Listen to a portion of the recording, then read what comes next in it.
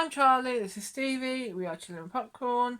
Welcome to another Bad Movie Monday, where we look at bad movies that are so bad they're good, and bad movies that we like. We had to really source this one out. We couldn't We find did, it yeah, on we had our to usual really look channels. at it, yeah. And I really didn't want to do this movie as they just look like a bad movie. I'm sure I watched it when I was younger, but I don't actually remember watching it. And it's the 30th anniversary of it this year. So It what is. we're talking about is The NeverEnding Story 3, Return to Fantasia or Escape from Fantasia. Yeah, I was gonna say, it's very confusing. Figure it out, there's isn't so it? many different titles. Directed by Peter MacDonald, who also directed Rambo 3, which is a previous bad movie Monday. Stars Jack Black, and that's basically the reason why we watched it. And with Jason James Richter as Bastian, Melody Kay as Nicole, and Julie Cox as the childlike Empress. Now, reading through the trivia, she was Julie Cox was 20 years old when production began on the film, so she wasn't really a childlike Empress. And Jack Black signed on because he was a big fan of The NeverEnding Story. He was so unhappy with how this film turned out, he refused to discuss it in interviews for several years afterwards. And Jack Black's the only reason why we went from this one. And we have done Bad Movie Monday. Check out our playlist and our bad movies. We've done NeverEnding Story. That's what inspired this one. So over to you. So the first thing is the biggest star today doesn't have top billing. Yeah, Jack Black does not have star billing, even though he plays one of the nasties in the film. Yeah, when you look at the whoever, bad guys. the only one person I recognise is the father in it, who is only recognised because we watched it recently. Was he was the doorman in the Fantastic Four and Fantastic Four: Rise of the Silver Surfer? So like, where have I seen him before? So I IMDb'd it, and he was the doorman in Fantastic Four. So that's all I recognise him from. Yeah, but Jack Black. Is, so, like you said, it's the only reason we actually watched the film. But he did go on to star with, after that, Tim Burton, and he had a small part in Mars Attacks. Yes. So his career was just starting, wasn't it? So which is understandable why he didn't get top billing. If you like Jack Black, it's a nice little, and he's a bad guy in the. Yeah, it's weird to see him as a bad guy. So, and it's weird actually having someone with that star power now acting against these basic unknowns. Over to you. So the animatronics are by Jim Henson. Didn't realise it. Did not realise until we were watching it. It looked, because he did Labyrinth as well, didn't he? And the Muppet Show, and the Muppets, and basically anything that's great. That's the Jim Henson Company. Yeah, Jim Henson. Yeah. So the Jim Henson Company do all the good puppetry and stuff, and the puppetry in that is good, and some of the effects were good. But it was surprising seeing his name attached to it. It was, his company's name. Sorry, the Jim Henson Company. The use of Seal's "Kiss from a Rose" a year before Batman Forever. Yeah, so we know a kiss from a rose, but essentially, if you're a geek from Batman Forever, it's actually used in this first. So that's got one over on Warner Brothers and Batman, the Val Kilmer Batman Forever. Yeah. You said this. The nasties look too old for school. One is balding and has tattoos. Yep.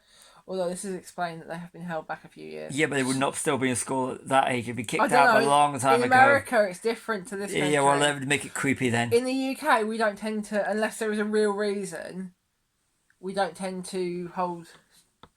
Then that would make it creepy then. Those were people that look like that still in the school. Yeah.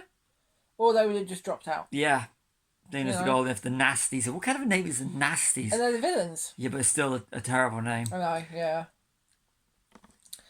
Born to be Wild, sang by the rock monster. I can't remember what it is. Give me a break. Can they play it again over the end credits? Yeah, they do. There's a lot of those sort of things. Terrible.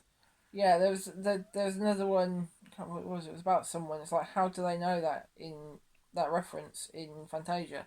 You pointed out a lot of, when we were watching, there's a lot of pop culture references that Fantasia characters would not know. No. They were human, so completely. It kind of like saying, it's kind of like contradicting and conflicting the film. Yeah. Where books inspire people, when they're saying basically pop culture's inspired this NeverEnding Story book. It's kind of like dumbing down everything. But there's also the fact that it is all Bastian's imagination. Fantasia is based on Bastian's imagination. Then they've dumbed it all down big time. So he could have heard those songs, and then it could and stuff. That's where they could have come from. But it doesn't work in the film. It doesn't work. No, it takes away from the mystical and fantasy element, and it does at times feel like it's aiming to sell soundtracks. Yeah. It does. There's at times when you'd be like going out and buying a CD or cassettes, and that's what it is. 'Cause it seems to be like modern pop songs at the time, after modern, and not even particularly good ones. It's like just bland '90s pop. Yeah. So it doesn't work that well at all. Like I said, if the idea is to sell soundtrack and toys, then that were non-existent. Then this film worked on that level, but it didn't sell them. No. It was just looked like they were looking for a market that they didn't have. Yeah. Yeah. So the next thing is, how do the gnomes know Bastian's address? Yeah. This is quite a bit further on into the film from the last comment, because I kind of just got lost and started watching it, and then realised that how would they know what his address is? And the same with the tree. How would they know where he lives? The power of fancy. Yeah, it's just weird. Unless they mind melded him like in Star Trek, like a bad Star Trek movie. I can't do that. So it feels like a 90s horror film aimed at children. Yeah, that's kind of. You said. Yeah.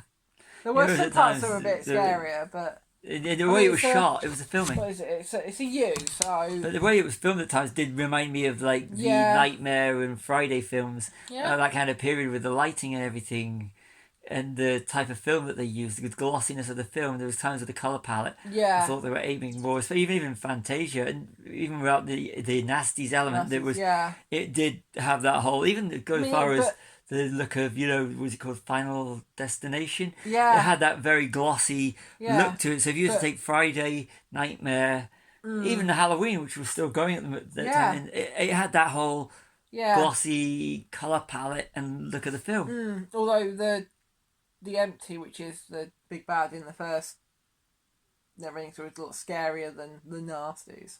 Yeah. So lots of dated references. At one point, Steven Seagal and Jean-Claude Van Damme were mentioned, and that's very dated. Yeah, you don't mention Steven Seagal now, and a lot of kids will be going, because they mentioned Seagal, Van Damme, and Bruce Lee. Yeah. Everyone still knows who Bruce Lee is. 30 years later, you might have to, if you don't, unless you're into your martial arts. Yeah. I watch a lot of stuff. Van Damme, look up Van Damme. Yeah. Only if you want to have a laugh, look at Seagal. Yeah. Who we actually did a Bad Movie Monday of. Yeah, we did. Yep. Yeah. And The Siege 2. Yeah. Oh, yeah, we did, yeah. Why does the wish position look like they really need to use the bathroom? Yeah. Or they're really, like, struggling to go. Yeah. To go. It's not very good. Not a very good position. It says a lot about this movie as well. God. Yes, it does. You're watching this, you know what? Okay. Air high fives. Totally 90s. Totally tacky. And totally 90s, yeah. Definitely. Bill and Ted was not tacky. Bogus Journey. Okay. You told me to write it. Yeah, high fives, yeah. You put tacky 90s. It is tacky 90s. That's what you told me to write. It is tacky 90s. And then the last thing here, it feels like this film was only made to sell mid-90s music. Yeah, we already said that. You have already said. And it does. When you get to the end of it, you'll be going... Yeah, it's like... it's not like one of these ones where you go on iTunes and you look for the soundtrack, because we recently found the Twister one. That's a good 90s soundtrack with some good 90s music on it. Yeah. But it's not. It's like you go and watch this film and you go, oh wow, I really want to listen to some really bad 1990s music by artists I've never heard of. Let's go buy the NeverEnding Story 3 soundtrack, or why don't we just watch NeverEnding Story 3? Yeah. Something I never will say to you again. Let's watch NeverEnding Story 3. Yeah. No, I'm not gonna watch this this again. But then again, this was another staple of my childhood. It was this one and the other two NeverEnding Story films that we used to rent from the local video store. Never saw NeverEnding Story 2. A lot. And this is the first time I've watched NeverEnding Story 3. And if it is a NeverEnding Story, then I don't want to watch any more. This is some Disney films, but we won't mention those. I thought that was a terrible... It was... Other than Jack Black was the only good feature of it. I'm not a Jack Black fan, but he's the only good element of the film. Would this get a cinema release? No, without Jack Black. Jack Black in it. No. Would this get a cinema release? Full stop. No. No. It'd be straight streaming. Yeah. It'd be a Netflix exclusive, probably. Yeah, Netflix or Prime or one of the... There are other streaming services available. My money would be on Netflix. It'd be the one that'd get a big bite off on the cheap. Yeah. Da-dum. Yes, so anyway, that's our review. Final thoughts, ratings? Is it a bad movie? It's a bad movie. I did not enjoy it. It was a bad movie. I enjoyed it, but it was still a bad movie. Definitely. and it got a quite short runtime, and I'm glad when it ended. Yes. So So I've been Charlie, you've been Stevie. This is We Are Chewing Popcorn. Like and subscribe.